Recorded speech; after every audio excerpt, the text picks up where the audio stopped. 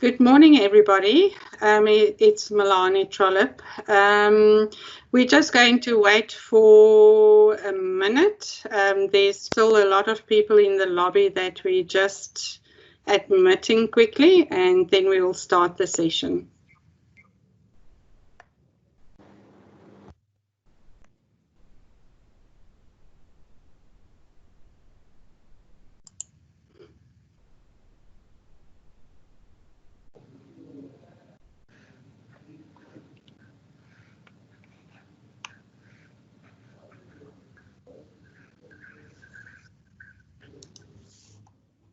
Okay, it seems like most people have joined now. Morning, and thank you for joining us for this webinar, and we trust that you will find it informative. We're going to look at the future of work and what business look like post-COVID-19. Our presenters today, we have Lionel. He heads up our KZN consulting arm. We have Lance here in Gauteng, who's the head of reward consulting, and myself at the end of this session. Some housekeeping rules, please. Can I ask everybody to go on to mute? I need to inform you that today's meeting will be recorded. And also, if you have any questions, if you can put it in the chat box for us, we may stay on a little bit longer if we have a lot of questions. At the end, we will address these for you. Also, we will be sending out the documentation to people or provide a link to the recording on our website and so on. So what we will be covering today, the agenda, Lionel will take us through defining the new normal. This is the trends from our latest survey that we have done. Lance will then take us through the human capital roadmap, the guidance around what to do at what stage dealing with the COVID crisis. And then I'll talk about using work redesign as a response to COVID-19 crisis and how artificial intelligence can help you with this. So at this point in time, I'm going to hand over to Lionel. Okay, good morning to everyone on this rather fresh morning. Well, I mean, I think it's by Durban standards, it's fresh. I don't know if you guys are all used to it, but it's quite cold. And welcome to our repeat webinar, which we held last month, and due to demand, we're going to be running that again.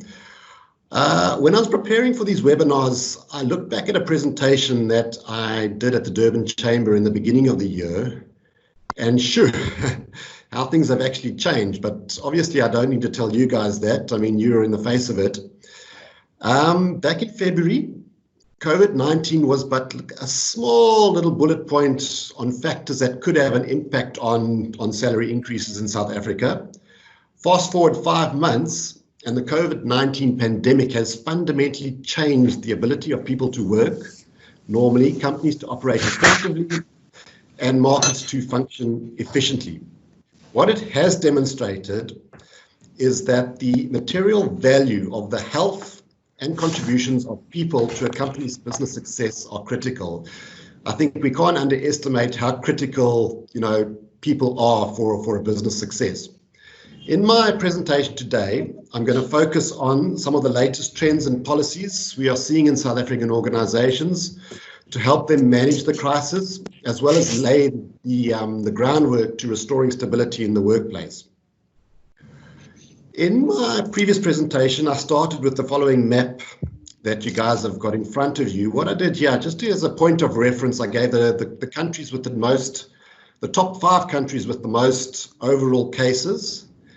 And while you see South Africa initially lagged these countries, obviously we all knew that our numbers were increasing exponentially. and that we are expected to peak in August and September. Dee, just fast forward. Next slide.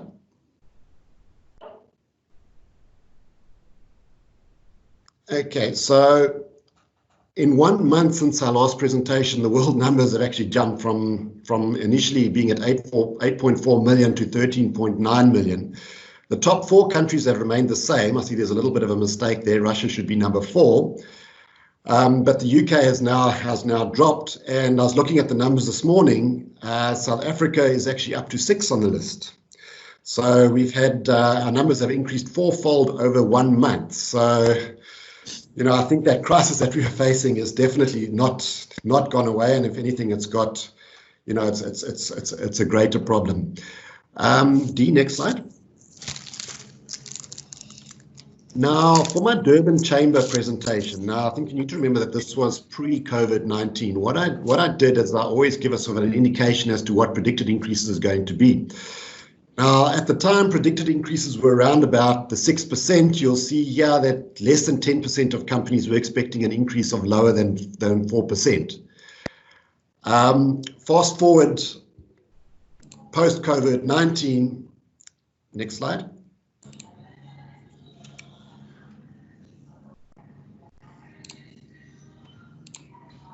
And we suddenly see that the picture has changed quite significantly, where in certain instances we've got almost 50% of companies expecting a lower than 4.1% increase, especially for the higher levels of employees. So that's quite a shift, and it's definitely indicating the level of uncertainty in the market at the moment. For my presentation, what I've done is I've actually extracted trends from our recent COVID-19 survey that we conducted in May 2020.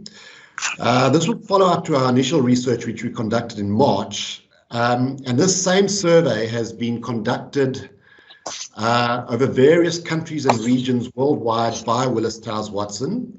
And where possible, what I've done is I've actually pulled in some sort of comparison that we've got to the USA, to Great Britain, just to give you an indication what is happening in those particular countries as far as their responses to COVID-19 is concerned. We've also, from this research, developed a human capital guidebook on what companies are focusing on. Obviously, Lance is going to cover that in more detail.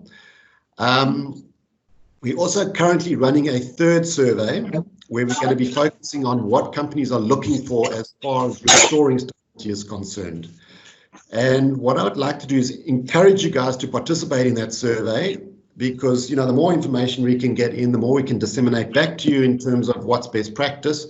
So please contact Dee, and you can actually look at participating in that survey. At the same time, the trends and results that I'm talking about here, we've got a lot more detail. Obviously, my time is limited, so I've just pulled extracts from it, and you guys can get the full details of that.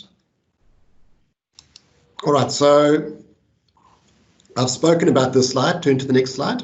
That's the sort of sample that was part of our survey. Obviously, you'll get copies of these slides, so I'm not going to sort of delve on that again. If we can go to the next slide, Dee. So what we found with our research, is that 4 in 5 companies actually faced a mandatory lockdown. So obviously the vast majority expected there to be a moderate or large negative impact on their sample as far as the COVID-19 is concerned. But where the uncertainty exists is as to how long before some sort of semblance of normality would arise. And what we can see in the graph is that at least a third of companies expect that this is still going to last for the next 2 years, and at the same time, another third are not sure what that result is going to be. If we look at the USA market, Dee, with the exact same question, over 2 years, the number might have been slightly lower at 11%, but 66% of that USA market are unsure what the impact is going to be after 24 months. At the same time, in Great Britain and Western Europe, they're sort of in between South Africa and USA, where they're expecting 20 22% are that feel there's going to be a negative impact, and 52% are unsure. So all this is telling us is there's a lot of uncertainty as far as what policies are going to be implemented in the market and when this negative impact is going to be dealt with. Next slide. And again. And again. Okay. What actions have been taken by employers at this stage? Now, these actions that I've listed here, obviously most of you would have already implemented them. In fact, most of them are actual legal requirements. So at least 75% of the sample said they have implemented these. I'm not going to go into detail. Obviously, your hand sanitizers. The second point, they allow the use sort of working from home. What our survey found is that 79% of companies indicated that they would pay either partially or fully for the direct costs of working at home and what that would entail in terms of internet, primarily a laptop, bandwidth for those employees to work at home. You think about the last week, we've been thrown a bit of a curveball on that with the load shedding returning, and I'm not quite sure, because initially it was sort of a seamless process of working at home if you did work at home, but now with load shedding, the dropping of the internet has become a little bit of a problem. You can see the other ones: disinfect the work site, PPE, protective equipment, communication, critical, posters, everything about that. Alternative working arrangements in response to the potential spread of your COVID-19. Others listed, again, more than the 50%, setting up emergency teams, increased counselling, training supervisors. So all of those are actions which have been adopted by companies to assist their employees. Next slide. But obviously, when we've got, with the COVID-19, there's been a massive impact on organizations as far as growth is concerned, you know, the economic impact. And the following is a list of what companies are doing as far as, you know, trying to avoid retrenchment. How are you going to be reducing those labor costs? I've put them into a graph. You can see the graph here where you're seeing 40% of companies are reducing or delaying merit increases. There's a reduction on annual bonuses, board compensation, and salary reductions. And then the greyed area, or the light blue and the green area, that's where companies are considering or planning those actions for the rest of 2020. Grey areas are where they are not planning those actions at all. If we can just move to the next slide. I've put in what Great Britain, and you'll see the Great Britain numbers from the survey are slightly lower, but you would expect that because there's a lot more assistance to companies as far as that is concerned. So again, reducing or delaying merit increases was the top, followed by salary increases as far as Great Britain is concerned. Next slide.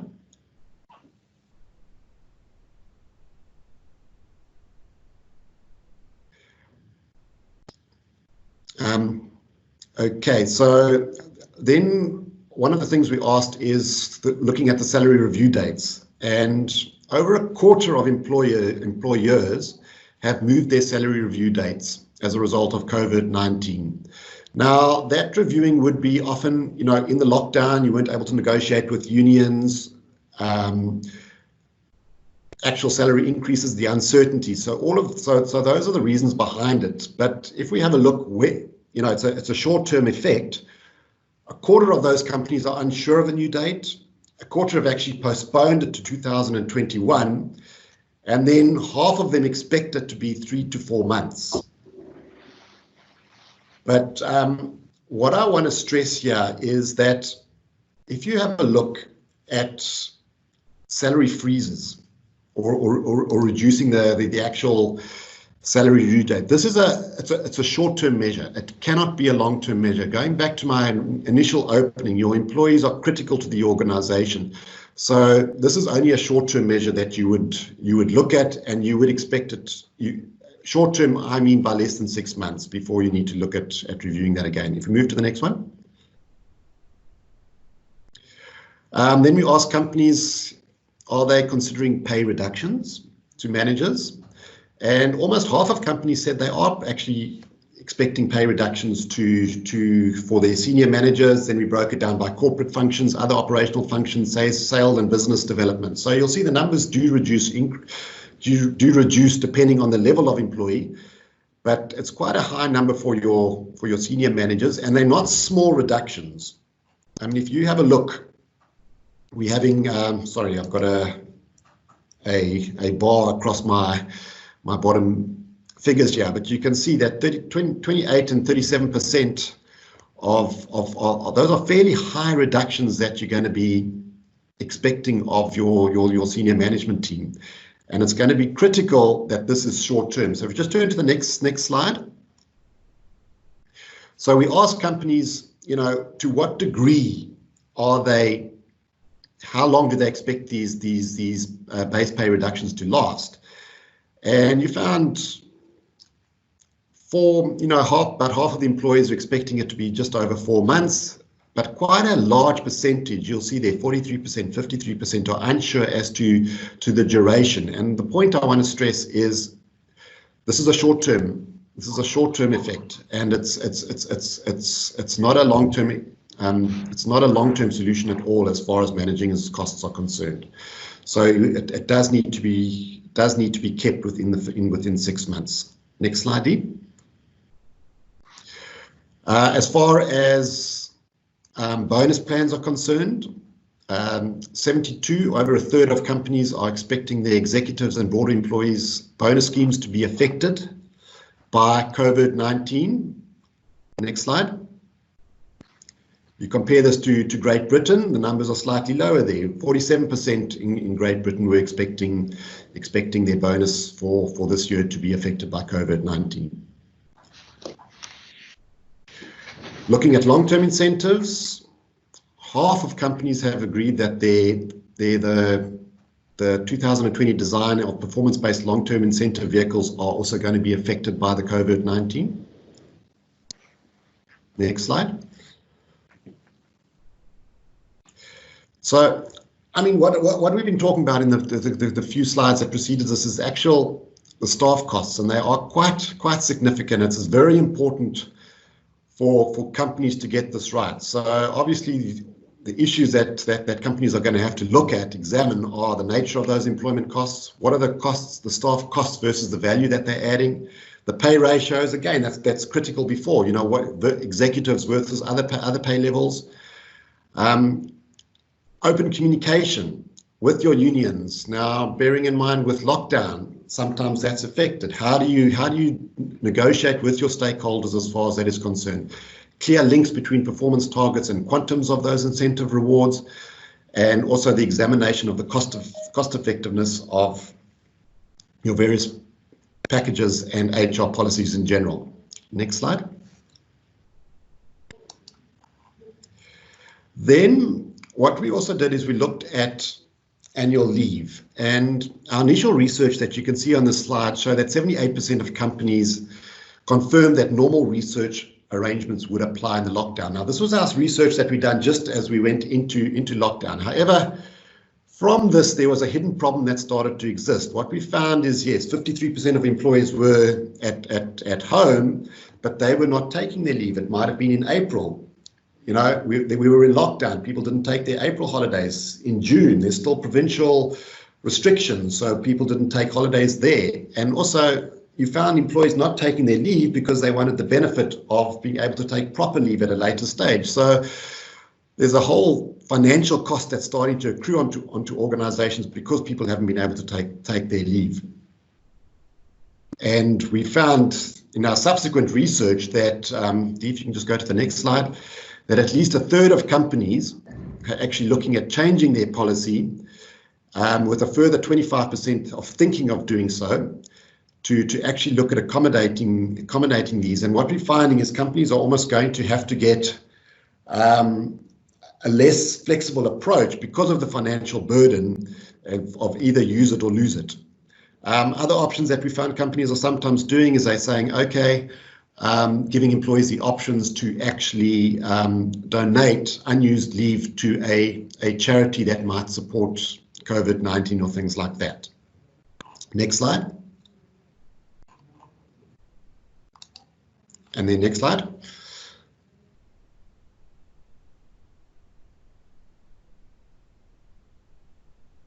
Next slide, Dean.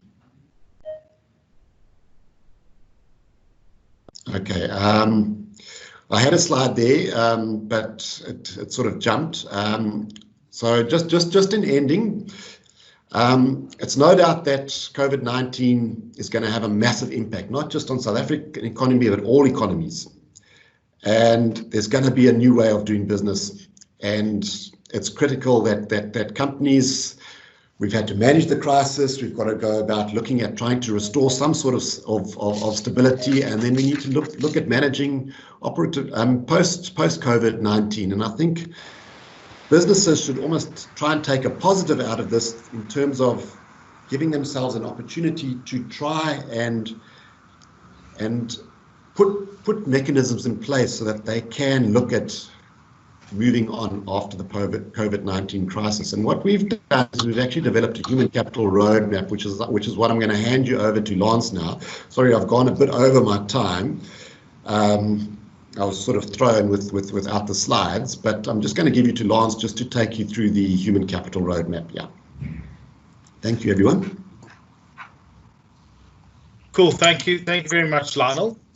As Milana introduced in the beginning, my name's Lance Maring. I'm based in the Joburg office.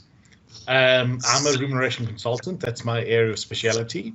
I've been involved in that since 2003.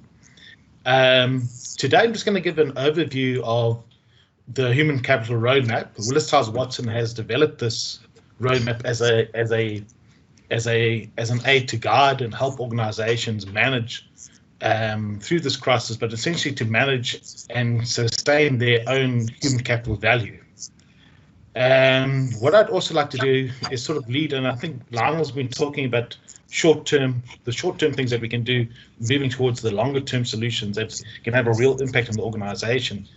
And I just want to do a very brief introduction into the Willis Towers Watson Total Rewards Optimization Pulse Survey. This is a very exciting tool that the Willis Towers Watson has developed, and this tool is used to both reduce your overall staff costs. So it's critically to help reduce staff costs, but in a way that maximizes benefits, in a way that maximizes the perceived value of these benefits to employees. So it's a combination of really ensuring that you're getting the best value for it and while maintaining your costs. So if we look at the first, the human capital roadmap, there's actually 3 stages here. Managing through the crisis, restoring stability, and operating in the post-crisis environment. Now, what we're saying is that, well, in these 3 steps, we have to approach how we're looking at our employees from a different view. Now, we've gone through this managing through the crisis. I think this is really your march to... And I was hoping that it would be to May, but I think we almost psychologically we are stepping back into managing the crisis sometimes as well. But really, we should right now be restoring stability.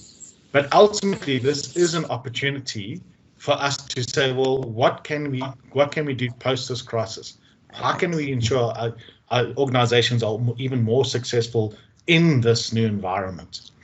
So the first stage really is managing through the crisis, and I think you've all really experienced this. Really, this was the initial where you have to ensure employee safety, and I'm sure you've all done this. This is where we go like, hang on, what are our costs management that we have to do in this new environment? How do we manage our costs in this environment?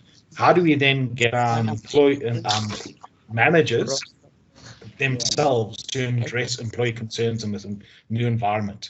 How do we then ensure that managers are able to drive engagement, employee engagement, are able to engage productivity, and how they are able to manage their own staff and manage performance through this crisis? And ultimately, how we can then align our rewards. How do we align pay in this new crisis? And Lionel went through those short-term options that we can do, such pay freezes and work for loans, and even, unfortunately, firing employees at this stage. From that environment, we can move then to really where we should be at the moment, is restoring stability in this new environment. So we've had the crisis, we've seen how it's affecting us, we weren't sure how it's going to affect us, we didn't know what's going to happen. So, but now we say, okay, now we know what's happening here. A lot of unknowns, but we still need to maintain our businesses, and we still need to maintain some sort of stability in this environment. And really, how is we say, well, what is the new ways of working in this new environment? How do we then ensure that our leaders, our managers, and organizations are able to manage through this uncertainty and change? How are we able to ensure that the work environment remains safe for all employees? How do you ensure that all employees are protected and their well-being is secured in this new environment? Really, what we must do then, as well as in this restoring stability, is to ensure that our total rewards alignment is actually aligned to this new environment. So are we rewarding individuals for the work that they really should be doing? Are we changing our performance management system to say, well, the goals of the organization have changed in this new environment? What we need to do has changed. Have we realigned this to the actual jobs that the employees are doing? Have we realigned this to the performance management? Have we realigned this to the incentives and pay for the employees doing this new work? And from this, we can move into the post-crisis environment. In this, where we must now sustain our human capital value, where we must now implement the new ways of working, and not just implement new ways of working, but implement new ways of working that accelerate the performance of our organization, accelerate the ability for the organization to be successful. In this environment, really, is where we're committing to a new culture that we have to work in, where we all have to work in. We have to implement perhaps new agile forms of work. We have to say, well, who are our true high-performing employees? How do we ensure that those employees are rewarded and we recognize them? So how do we redesign our total reward strategy?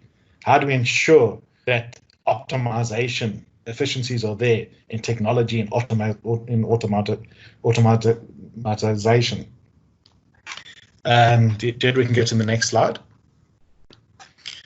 Okay, this is the next couple of slides are pretty busy, but again, we can see here as managing through the crisis. Now, managing through the crisis, this is where you've all been through. You've all been through this process. And, you know, from my point of view, you can see that I want to concentrate more as a RIM specialist, more on the reward side, on the pay side. But the human capital roadmap itself is quite extensive. So it looks at work, it looks at health, it looks at well-being, it looks at pay, it looks at retirement, and the employee experience and culture. But from a rewards point of view, what we're saying, well, we really need to balance. It's a balancing act from well, what were the lockdown requirements? What are the lockdown requirements? What are the work demands and outputs required for the organization? And then, of course, what is our cash flow? How much money is available? So from a pay point of view, we need to say, well, what is our scenario planning? What is our cost modeling for work demands and costs? How do we look at the workforce? Where do we need to reduce hours? Where do we need to look at as Lionel talked about, our leave policies? What are our temporary and permanent layoffs that we need to be implemented? Ultimately, then we have a look at our costs from a pay point and say, where can we save? Where can we cut back to be in this new environment? Then we can, Deirdre, if you go to the next slide.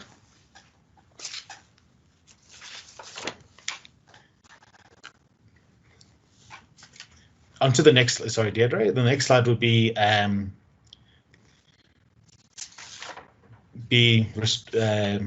restoring stability.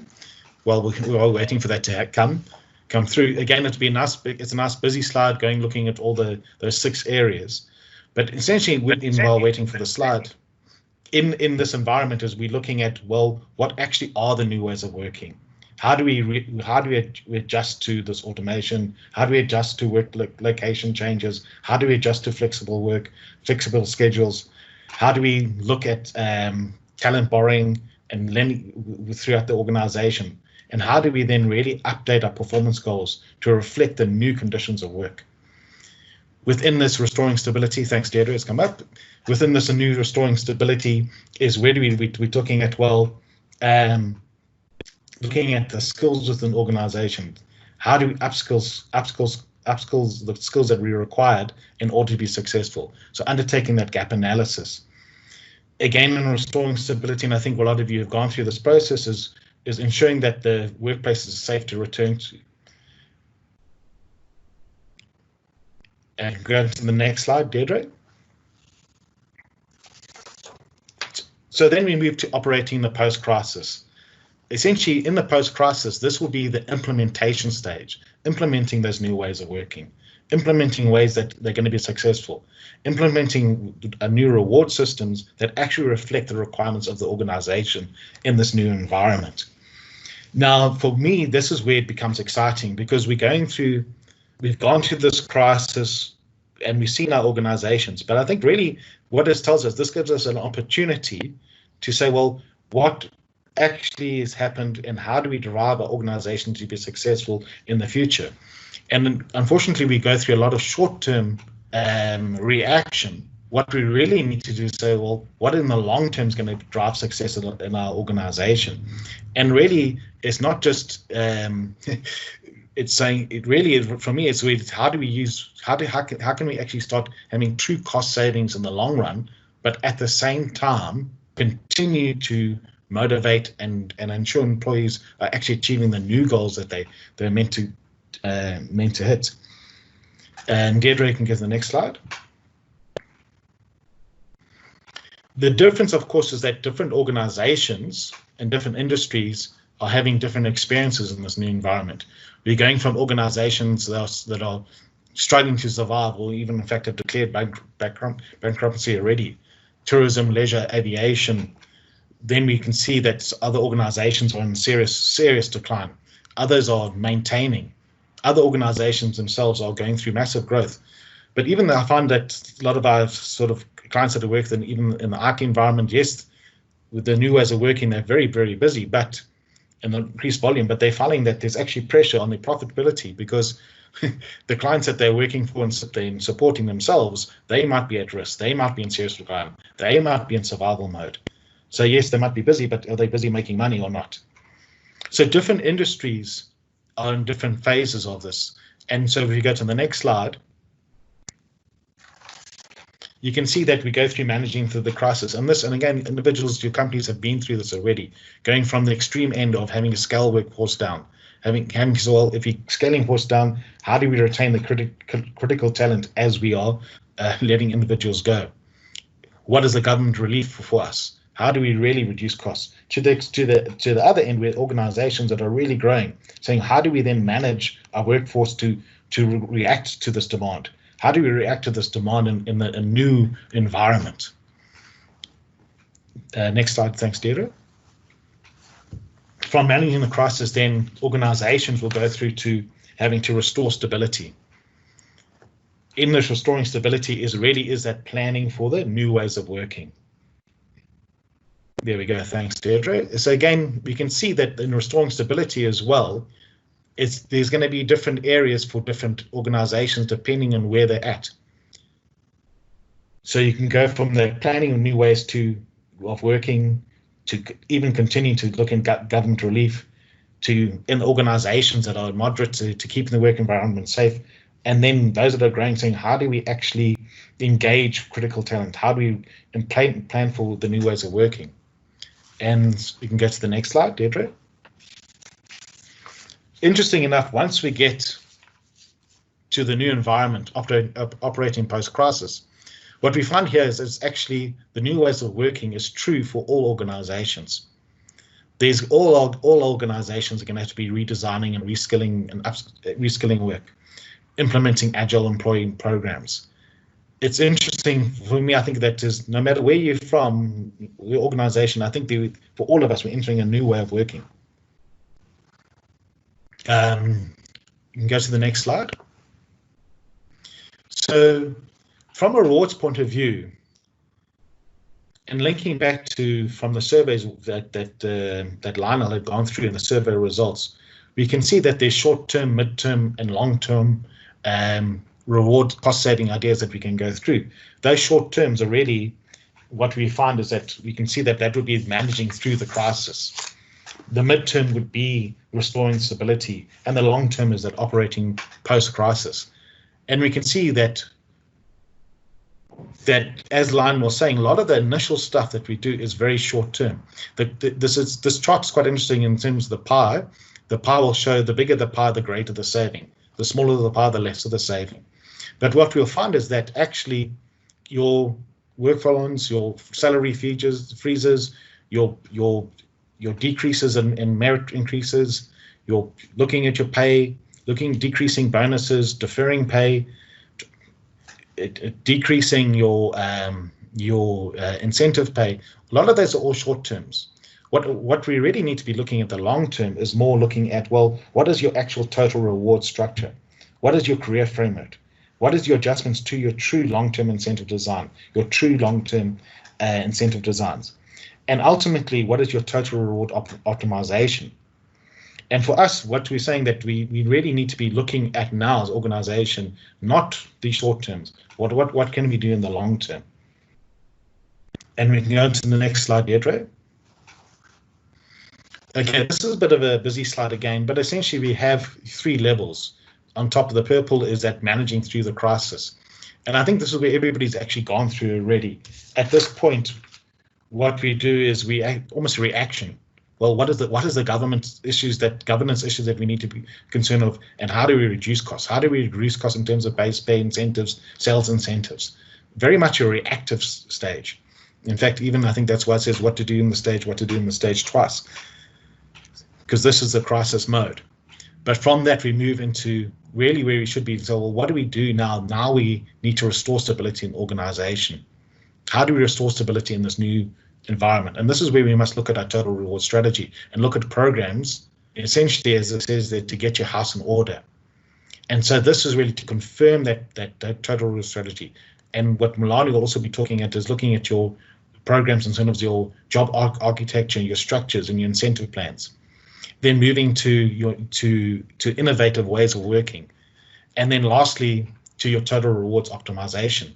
Now this slide is just a blow up that was in the previously, and in total reward optimization, this is a pulse survey that we have that combines what do employees actually want, plus what is the costing involved. So what we're trying to say here is that how can we structure our pay in a way that is most cost effective, but is able to actually meet what employees would expect and require, and what they see as the true value for themselves.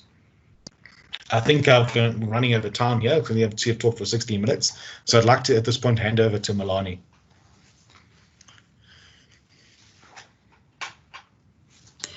Thank you, Lance. I will discuss with you today the future of work and redesigning work to optimize resources post-COVID-19, because the world is not going to stay the same. The world of work was already changing before the crisis, and we can see that this is just an extension of it. We are always online, anywhere, anytime. It doesn't matter where you are. If you're sitting at an airport, which is not very likely, we're sitting at home. We are always connected. Everything is social. Everybody's connected to everybody else. We have access to a wealth of online knowledge. We personalize our world. We have a choice. And technology is everywhere. So it has become, we're already into the future of work. So the crisis has accelerated changes in how work is done. And the recent research that we have done has shown that. And I'll highlight some of the areas. Like 63% of organizations have redeployed or potentially reskilled workers to support another function already as a reaction to COVID-19. You can see there that 57% shift when the work is done and where the work is done. And I mean, we've all been party to that. And then 48% of organizations automated certain aspects of the work to streamline and or increase productivity. And that is the area where I want to focus on, because that is the real future in terms of using artificial intelligence and so on to improve our productivity going forward.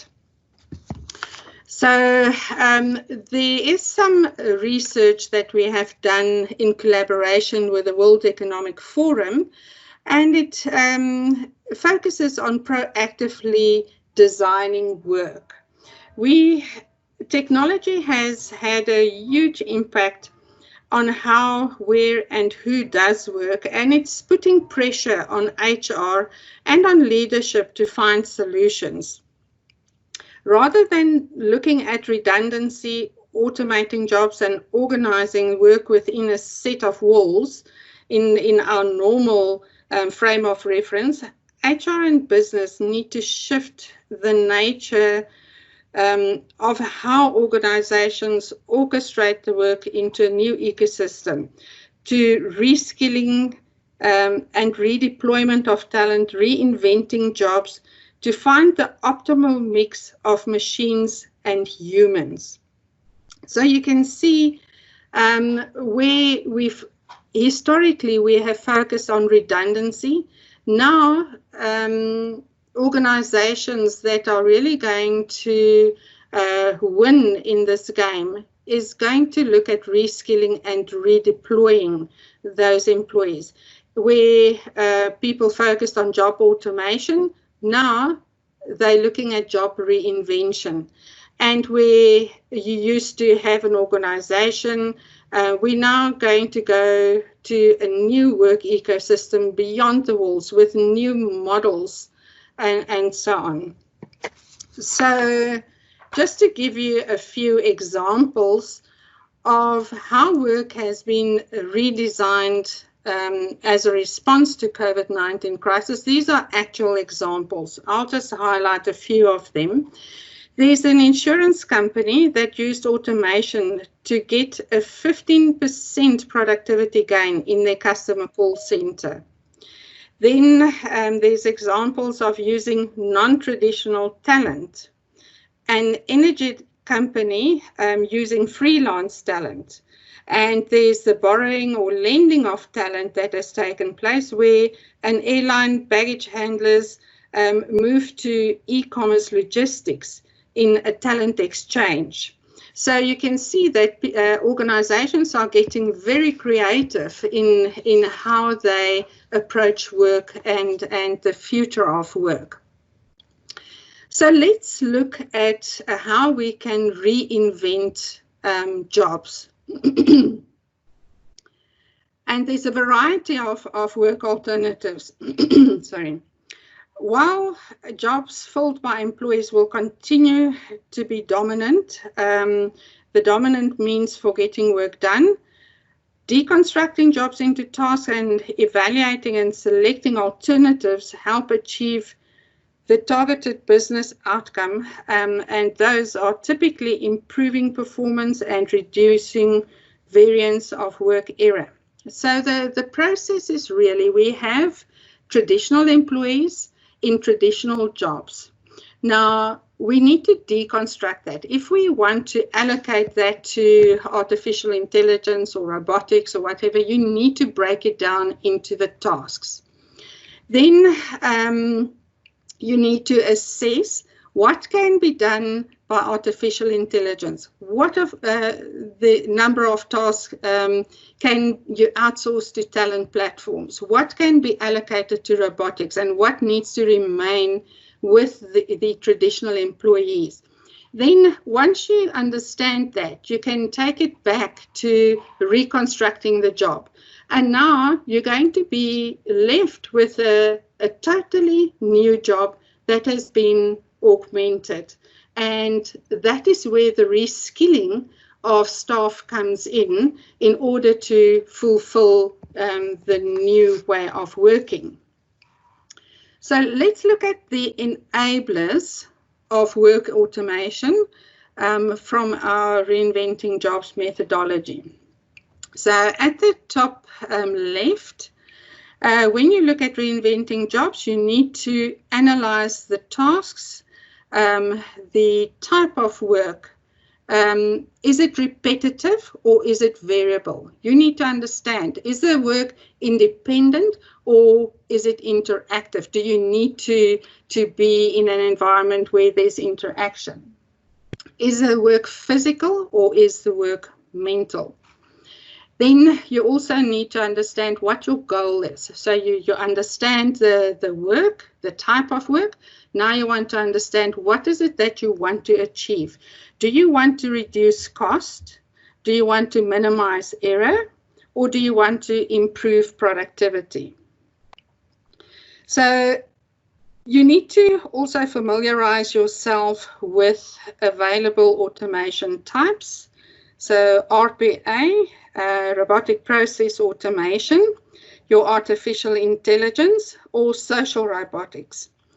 You also need to understand the automation role. Is it there to substitute the employee? Is it there to augment their work, or is it there to transform the work? Now, on the right-hand side, robotic process automation is typically used to reduce variance of error. The type of work, if you look at it, it's work that is repetitive, work that is done independently, and work that is mental. So that's RPA. If you look at social robotics, then it is also there to reduce variance of error, but now it's repetitive work, it's independent work, but it's physical work. And then you have artificial intelligence or machine learning. That is used to typically improve performance, and that aligns with work that is variable, work that is interactive, and work that is mental. So the typical process or the journey of reinventing jobs through our work view is the software that we have is to identify the jobs that you want to reinvent. It's a 5-step process on the next slide. So you identify the job you want to reinvent. Then, as per our guide previously, you deconstruct that job, break it down into the individual tasks. You classify those tasks and allocate costs to them, because you want to have a cost saving out of all of this. There needs to be a business case behind it. Then you evaluate how work can be optimized to achieve your goal, and then you visualize your reinvented job. Now, at this stage, I want to actually take you through a demo. So you can now identify the optimal combination of work, technology, and alternative talent with WorkView, which is the software I want to show you. It's a first-of-a-kind artificial intelligence-driven software that provides a practical approach to reinventing jobs. The software helps organizations to deconstruct those jobs into tasks, to evaluate ways to optimize that cost, and work across technology employees as well as non-traditional talent, and to reconfigure the tasks into new jobs. So I'm going to ask Dee to give me control. So let's just see if I can quickly share my screen. Show me if you can, or tell me if you can see the screen. Yes, we can, Melanie. Okay, that is excellent. So on the landing page for reinventing jobs within WorkView, you need to load your job description. So you can either input the job description, you can input the whole host of your organization's job profiles, or you can search WorkView for a particular job family. There's 7,500 pre-populated jobs or occupations in here. So let's just look at an example, claims processing. Okay. So let's see. Okay. So now, when you select a position, it will come up with the typical tasks that you will find in a claims assessing type of role. So you can go in and select whatever is reflected in your job profile, which aligns, or you can go in and you can go and add a task. So let's just say run weekly and monthly reports. And then you go and add that task. So like I said, you can either upload your profiles into this, or you can start off by selecting a pre-populated one. So let's just select that task as well. Now we feel that it is quite reflective of the content of our job. Now we need to go and allocate the cost. So here you have a choice. You can do it for a specific individual in their role, or you can, if there are multiple employees, you can put the total cost budget in terms of salaries in here. So let's just say it's an individual and they're earning $30,000 per annum.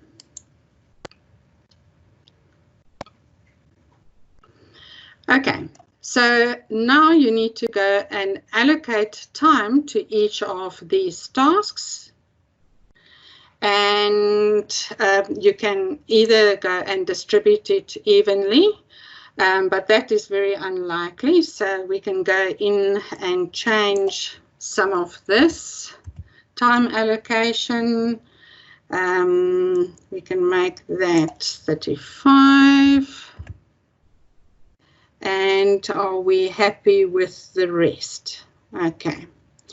So now that we have given our time allocation to the various tasks, we can move forward, and you will see that the system has actually reviewed the classification of tasks, and as per the presentation, it has the artificial intelligence behind it, looks at the task and it says, okay, this task is variable. So it's either repetitive or variable. This one is variable.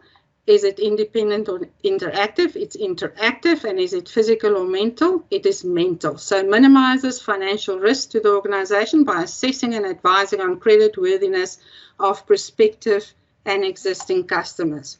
Now, in our organization, we have a lot of checks and balances in place and processes. So it's like a tick box exercise. So I'm going to change this to a repetitive exercise.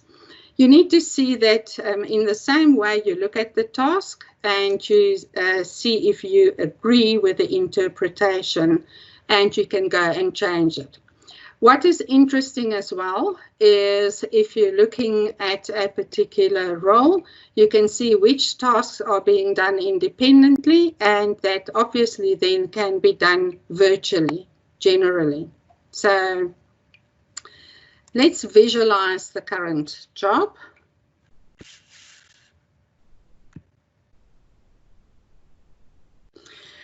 Now we can see the current job is split between repetitive and variable. It is mainly independently, and it is mainly mental work.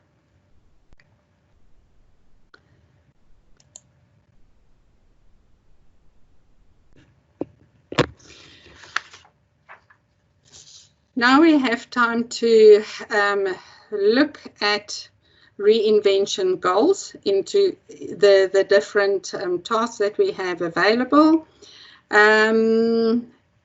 It will give you alternatives in terms of substitution or augmentation.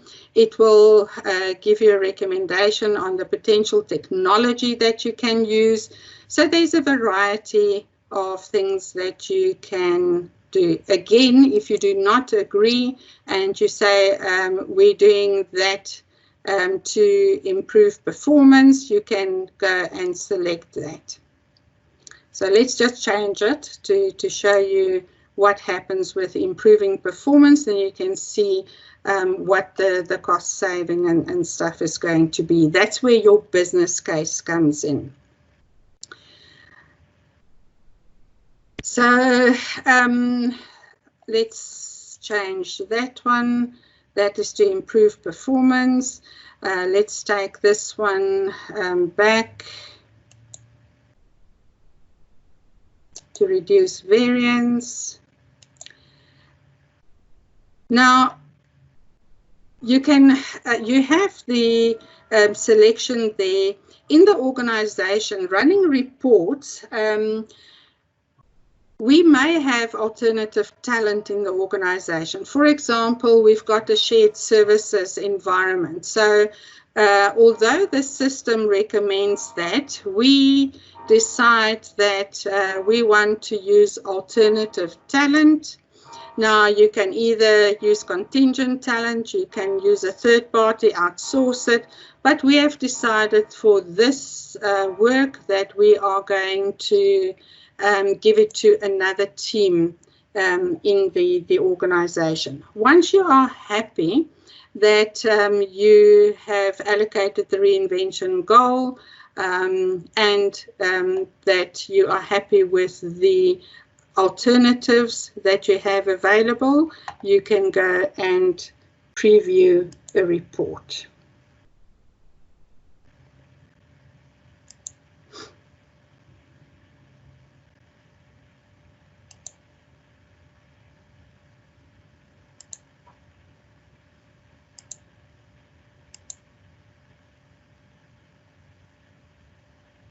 Okay, let's preview the summary report. Okay, so now you can see that the system will recommend the work alternatives. There's augmentation, there's alternative talent. It also provides you with a recommendation of potential technology or automation alternatives that you can use. So let's look at the job reinvention to improve performance. Remember, that is your goal. You can do the following. So there's augmentation for this task. The recommendation in terms of technology is RPA. Then there is to reduce variance. You will have that particular task, and we have decided to allocate it to another team. You see now that you have deconstructed the job, you have identified the potential technology. Now you can go and engage with business and with IT to see what alternatives there are for you. There's tasks that can go to automation and the tasks that will go to alternative talent. And there's also then for you a reinvented job. So the reinvented job description will say these are the kinds of tasks that will be included in the reinvented position. And you can go and download the summary for your records and for future reference. And you can use this as a working document. So that is just the latest artificial intelligence programs that can assist your organizations in reinventing jobs and looking at a new way of working, the future of work, and incorporating technology into your organization. And that is me. I will hand back to Dee. We can take a couple of questions. I know that we have reached our time limit, but we are happy to take a couple of questions. Thanks, Melanie. Deirdre here. Yes, we have one question. We've been asked, how does this reinventing of jobs mean to levels of work in an organization? You would need to look, the impact of reinventing a job is going to determine a level of work. It will, your reinvented job may be because some of the more mundane things may have been removed from the position. You will have to reskill, because whatever is left in the job for the employee to do is going to translate into a new reinvented position. So you're going to have to take your skills, your staff, and upskill them to be able to deliver only on those tasks that now form part of the new reinvented position. Thanks, Melanie. I'm not picking up any more questions on the chat. If anybody has a question, maybe you can just unmute yourself and ask the question, or you can use the chat if you like. Yeah.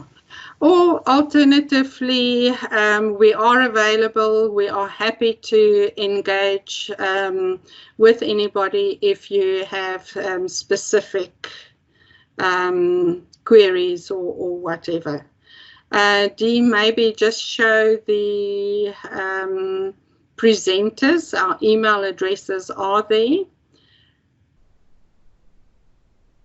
And if I'm conscious of time, and I know everybody's schedules are very busy, so please feel free to contact us with any of your queries, and we will be in touch to provide you with the documentation or a link to download the documentation that was presented today. And I therefore thank you very much for joining us. We look forward to partnering with you in the future of work. So everybody, have a good day. Goodbye.